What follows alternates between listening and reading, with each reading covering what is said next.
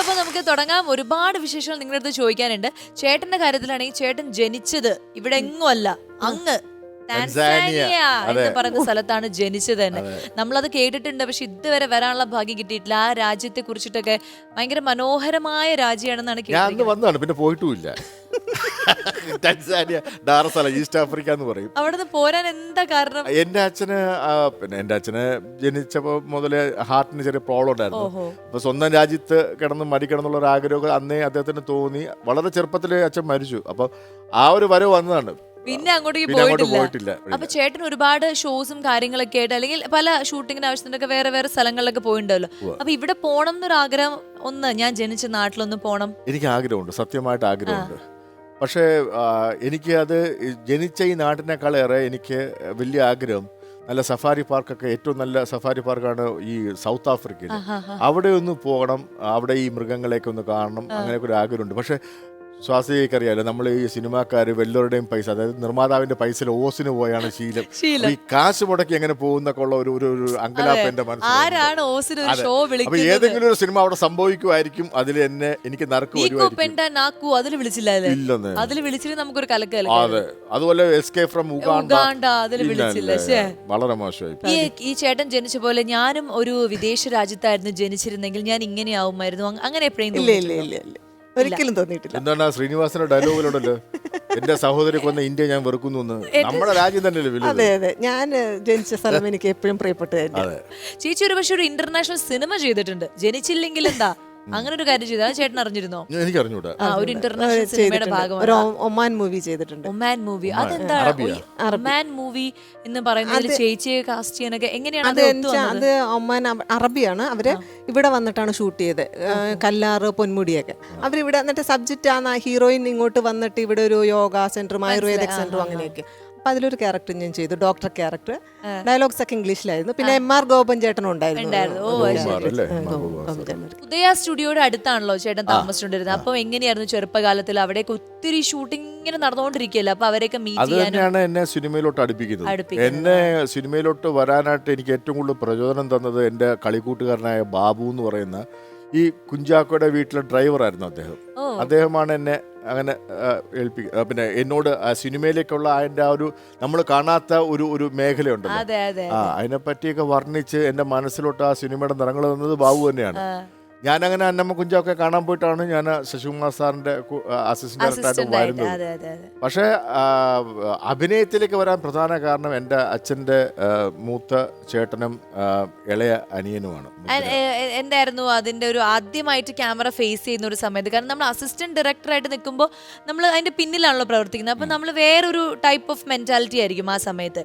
ആൾക്കാർക്ക് പറഞ്ഞു കൊടുക്കുന്നു, അന്നത്തെ എങ്ങനെയാ കണ്ടിന്യൂറ്റി നോക്കുന്നത്, അസിസ്റ്റന്റ് ഡയറക്ടേഴ്സിന്റെ എത്രത്തോളം കാര്യങ്ങൾ ഉണ്ടെന്ന് എനിക്ക് വലിയ ധാരണയില്ല. അല്ല, ഈ അസിസ്റ്റന്റ് ഡയറക്ടറായിട്ട് ഇരുന്നുകൊണ്ട് തന്നെ ഏറെക്കുറെ എനിക്ക് അതിന്റെ ഈ ആശങ്കയൊന്നും ഉണ്ടായിരുന്നില്ല. പിന്നെ ഒരുപാട് കാര്യങ്ങൾ ചിന്തിക്കണേ തന്നെ ബുദ്ധി വേണം, ശ്വാസിക്കുക. നമുക്ക് അതൊന്നും അല്ലല്ലോ, നമുക്ക് വേറെ ഒരുപാട് കാര്യങ്ങൾ. പിന്നെ അത്രേ ഉള്ളൂ. നമ്മുടെ ഒരു ശരിക്കും പറഞ്ഞാൽ പക്ഷെ ഉണ്ടല്ലോ, ഒരു ബ്ലോട്ടിംഗ് പേപ്പറായ മാത്രം മതി സിബിസാറിന്റെ ഒക്കെ പടത്തിൽ. സിബിസാറിനെ പോലുള്ള വളരെ ഗംഭീരമായ ഒരു സംവിധായകനാണല്ലോ അദ്ദേഹം. അദ്ദേഹത്തിന്റെയും ഈ ലോഹിയേട്ടൻ കാര്യങ്ങൾ പറഞ്ഞു തരാൻ ലോഹിയേട്ടൻ, നമ്മൾ ജസ്റ്റ് ഒന്ന് ബിഹേവ് ചെയ്താൽ മതിയായിരുന്നു. പക്ഷെ ഈ ബുദ്ധി ഇല്ല എന്നൊക്കെ പറയുമ്പോഴും അതിന്റെ ഇടയിൽ സംവിധാനം ചെയ്തിട്ടുണ്ട്, സ്ക്രിപ്റ്റ് ചെയ്തിട്ടുണ്ട്. ഈ ബുദ്ധി എപ്പോ വന്നു? ഞാൻ ഇതിന്റെ ഇടയ്ക്ക് ഒരു കാര്യം പറഞ്ഞോട്ടെ, ഞാനൊരു ഷോർട്ട് ഫിലിം അഭിനയിച്ചിട്ടുണ്ട് മഹേഷേട്ടൻ ഡയറക്ട് ചെയ്ത്. അത് ശരി. എന്നിട്ടാണ് അദ്ദേഹം മഹേഷ് ചേട്ടൻ എങ്ങനെയായിരുന്നു ഈ ബുദ്ധിയുടെ കാര്യത്തിൽ? ഭയങ്കര ബുദ്ധിയല്ലേ,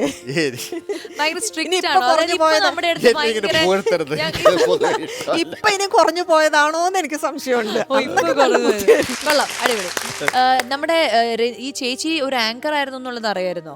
ആങ്കറി ഉണ്ടായിരുന്നു, അറിയില്ല. അതറിയില്ല. ആ കഥ ഞാൻ ഇവിടെ വന്നപ്പോഴാണ് സത്യത്തിൽ ഞാനും അറിയുന്നത്. എന്തായിരുന്നു ആ ഒരു ആങ്കറിംഗിലാണോ ആദ്യം തുടക്കം? ആദ്യം ദൂരദർശന്റെ ആങ്കറിംഗ്. എന്ത് പ്രോഗ്രാം ആയിരുന്നു അന്ന്? ക്വിസ് പ്രോഗ്രാംസിലായിരുന്നു. ചോദ്യങ്ങൾ ചോദിക്കണം, ക്വിസ് പ്രോഗ്രാംസ് ആയിരുന്നു. പിന്നെ ന്യൂസ് ചെയ്തു. അത് കഴിഞ്ഞിട്ട് കൃഷ്ണകുമാറിനെ പോലെ ആ സമയത്താണ് എനിക്കൊരു സിനിമ NFDC പ്രൊഡക്ഷൻ ഒരു പടത്തിലേക്ക് ഹീറോയിനായിട്ട് വിളിച്ചത്. അത് ശരി. ആങ്കറിംഗ് എങ്ങനെയായിരുന്നു അന്നത്തെ കാലത്ത്? ഇതേപോലെ തന്നെ, അതായത് സ്ക്രിപ്റ്റഡും അതുപോലെ സ്ക്രിപ്റ്റഡ് ആണ്, സ്ക്രിപ്റ്റ് വെച്ച് ഇപ്പം ഇന്നത്തെ ആങ്കറിംഗ് ഒക്കെ ഞാൻ വിചാരിച്ചു ദൈവം എന്തൊരു സുഖ ചെയ്യാൻ. അപ്പം ഞാനിപ്പോൾ എപ്പോഴും വിചാരിക്കും ദൈവം ഇപ്പോഴൊക്കെ ആയിരുന്നെങ്കിൽ ഇപ്പൊ ജനിച്ചിരുന്നെങ്കിൽ ഒരു കലക്ക് കലക്കായിരുന്നു എന്നൊരു വ്യാമോഹം. പക്ഷെ ഇപ്പോഴും കലക്കുന്നുണ്ടല്ലോ. അതാണ് കലക്കൽ എപ്പോഴും നന്നായി തന്നെ ചെയ്യുന്നില്ല രണ്ടുപേരും. മഹേഷിനും ഒട്ടും പിന്നിലല്ല. ഞാൻ ഇച്ചിരി പിന്നില്ല. അല്ല, എനിക്ക് അങ്ങനെ തോന്നിയിട്ടില്ല. ഞങ്ങള് ഒരു സീരിയൽ ഒരുമിച്ച് അഭിനയിച്ചു. എന്റെ അമ്മായിച്ചനായിട്ടായിരുന്നു ഇദ്ദേഹം. ആ സെറ്റിൽ നമ്മൾ കുറേ പേരുണ്ടെങ്കിൽ ഞങ്ങളൊക്കെ എന്താ പറയുക, കുറച്ചും കൂടി ഒന്ന് ഡള്ളായിരിക്കും, അല്ലെങ്കിൽ ഒരു കാര്യം പെട്ടെന്ന് പഠിച്ചു പറയാനൊക്കെ പുറകോടായിരിക്കും. പക്ഷെ ചേട്ടനാണ് ഓരോ സംഭവങ്ങൾ ഇംപ്രവൈസ് ചെയ്ത് ആ സീനിനെ ഫുൾ പൊട്ടിച്ചിരിലേക്ക് കൊണ്ടുപോകുന്ന മെയിൻ ഘടകം. സിനിമയിൽ ചേട്ടൻ ഒരു അങ്ങനെ ഹ്യൂമർ ക്യാരക്ടർ ചെയ്തിട്ടില്ല. ഇപ്പൊ ഒരു ഹ്യൂമർ എന്ന് പറയാൻ നോക്കില്ല. എന്നാൽ ഇപ്പൊ ഉപചാരപൂർവ്വം ഗുണ്ടാജി എന്ന് പറഞ്ഞ സിനിമയില് പയ്യന്റെ അച്ഛനായിട്ടാണ്. അപ്പം അതിനകത്ത് ഇച്ചിരി ഹ്യൂമർ ഉണ്ട്. പക്ഷെ കൂടുതലും ഇടി മേടിക്കാനായിരുന്നു യോഗം. അത് എല്ലാരും ലാൽ സാർ തൊട്ട് ഇന്ദ്രൻ സാർ ആരുടെ എല്ലാരും ഇടിച്ചിട്ടുണ്ട് തന്നെ. ഇടിച്ച് പരിപ്പിളക്കി. എനിക്ക് തോന്നുന്നു ചേട്ടന്റെ മുഖം കാണുമ്പോ ഇങ്ങനെ വട്ട മുഖമായിട്ട് കുറച്ച് കവിളൊക്കെ ഉള്ള ഒരാളായോണ്ട് നല്ല ഇടിക്കാൻ തോന്നുന്നാണോ അവർക്ക്? Manufacturing defect. നമ്മളെ കാണുമ്പോൾ ഇടിക്കാൻ തോന്നും. ഈ നമ്മുടെ ചേച്ചിയുടെ ഒരു സിനിമയുടെ കഥാപാത്രം പെട്ടെന്ന് നമ്മുടെ മനസ്സിലേക്ക് ഓർമ്മ വരും, ഡാനി എന്ന സിനിമയില്. ഇപ്പോഴാരെങ്കിലും അതിനെ കുറിച്ച് ചോദിക്കാറുണ്ടോ? ഇങ്ങനെ പടത്തിനെ പറ്റി പറയുമ്പോ ഡാനിയില കുറച്ചേ ഉള്ളൂ, നമ്മുടെ വൈഫായിട്ടാണ്, കുറച്ചേ ഉള്ളൂ എങ്കിലും അത് എല്ലാരും ചോദിക്കുന്നുണ്ട്. ചേട്ടൻ എത്ര സിനിമകൾ അഭിനയിച്ചിട്ടുണ്ട് അദ്ദേഹത്തിന്റെ കൂടെ? എനിക്കതിന് എണ്ണാണെന്ന് പറഞ്ഞോളൂ. ഞാൻ ടി വി ചന്ദ്രൻ എന്നെ പൊന്തമാട അങ്ങനെയല്ല, അത് ഇപ്പൊ ഇത് നേരത്തെ ചോദിക്കുന്ന പറഞ്ഞാൽ ഞാൻ എണ്ണിക്കൊണ്ടൊക്കെ വന്നതന്നെ. പൊന്തമാടൽ അഭിനയിച്ചിരുന്നു ടി വി ചന്ദ്രൻ, അതിനകത്തുണ്ടായിരുന്നു. പിന്നെ എന്റെ ആദ്യത്തെ മുദ്ര, എന്റെ 9ാമത്തെ സിനിമയാണ് മൃഗയ. അതിനകത്തും മമ്മൂക്കയാണല്ലോ മറ്റേ ഹൺഡ്രഡ്. അങ്ങനെ എനിക്ക് തോന്നുന്നു ഞാൻ അവസാനം ചെയ്തത് ഫേസ് ടു ഫേസ് എന്ന് പറഞ്ഞ VM വിനുവിന്റെ സിനിമയാണ്. അതിനുശേഷം ഞാൻ അഭിനയിച്ചിട്ടില്ല. എനിക്ക് തോന്നുന്നു 2013 എന്തൊക്കെയാണ്. ചേച്ചിക്ക് ഈ ടെക്നിക്കാലിറ്റിയെ കുറിച്ച് വലിയ പിടുത്തമില്ലാണ്ട് ഒരു അബദ്ധങ്ങൾ പറ്റുക, ആദ്യമായിട്ട് അഭിനയിച്ചപ്പോ ക്യാമറയ്ക്ക് മുന്നിൽ അഭിനയിക്കുമ്പോ നമുക്ക് അങ്ങനെ വരുമല്ലോ? എനിക്ക് വന്നിട്ടുണ്ട്. അതെന്തൊക്കെയാ സംഭവങ്ങൾ? ഈ ഫസ്റ്റ് ഫിലിമിന്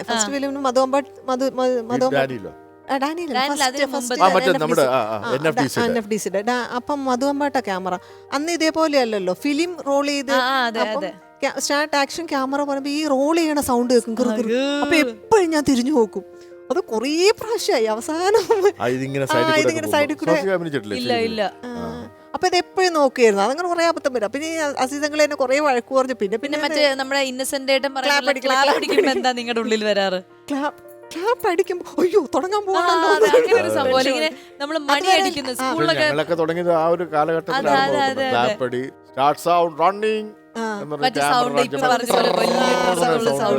പിന്നെ ഫിലിം ആയതുകൊണ്ട് തന്നെ തെറ്റിക്കുമ്പോ ഡയറക്ടേഴ്സ് കൂടുതൽ ടെൻഷൻ ആവും. അന്ന് റേഷനാണ് ഫിലിം. ഈ 10-12,000 രൂപയ്ക്ക് ആണ് ഒരു ക്യാൻ്റെ വില. അത് 4 മിനിറ്റ് അത് ദൈർഘ്യമുള്ളൂ. അപ്പം റീടേക്ക് ഒക്കെ വന്നു കഴിഞ്ഞാൽ അത്രയും അടി ഫിലിം പോയി വേസ്റ്റ് ആയി. ഇപ്പോഴാണ് നമുക്ക് മെമ്മറി കാർഡല്ലേ ഡയറക്ടേഴ്സ് ഭയങ്കര ചില്ലായിരിക്കും. സിംഗിൾ ഷോട്ട് ഒക്കെ ധൈര്യം പോലെ പറയില്ല. പിന്നെ പണ്ട് ഈ മോണിറ്റർ ഇല്ല.